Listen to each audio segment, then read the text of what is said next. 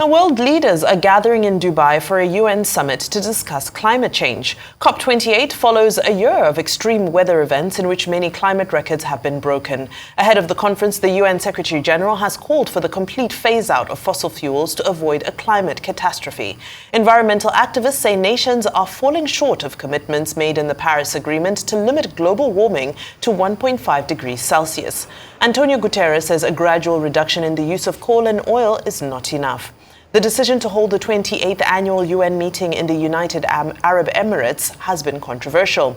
It's one of the world's largest exporters of oil and gas. There is an essential difference between phase down and phase out. Because phase down can be whatever.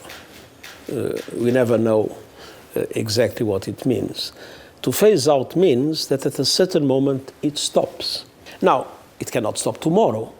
We need to do it in an organized way, and we need to make sure that we have a time framework that is simultaneously credible, but at the same time is in line with our objective to keep temperature rise at 1.5 degrees. The only thing that is still lacking is political will.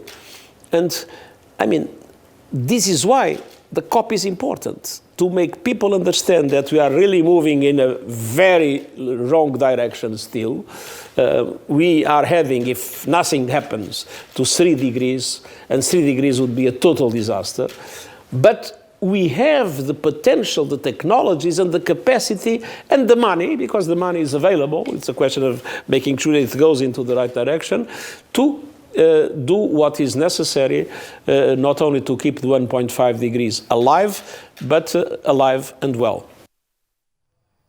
That was Antonio Guterres, UN Secretary General, speaking earlier on COP28 and its expectations. And we're here currently in Dubai talking about the issues of climate and how it has affected the Earth for some time now, looking back at the last summit and what has been achieved so far.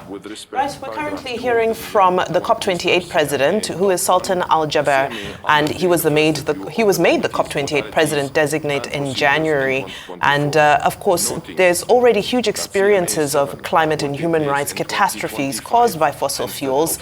And as we said in the introduction, this makes this summit being held in Dubai extremely controversial, as we know that Dubai is yet to commit to some of the reforms that the world would like to see happen. And of course, Nia, before we tuned into this, we were also talking about how several countries are scaling back on huge commitments that were initially made on, wanting to cut back on emissions. But the practicality of it really is now starting to dawn on the world. You look at a country like South Africa, made bold declarations about stopping the use of coal. But now you look at the load shedding crisis, there's no power, there's no electricity.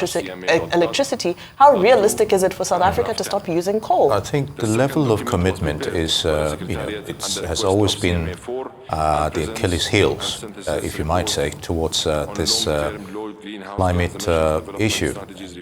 It's one thing to make commitments, but you have to take steps to abide by it. And abiding by it seems to be the main problems regarding COP meeting so far. That's right. Of course, we will be looking forward to hearing what African presidents, specifically also President Bola Tinubu representing Nigeria, will contribute to the summit.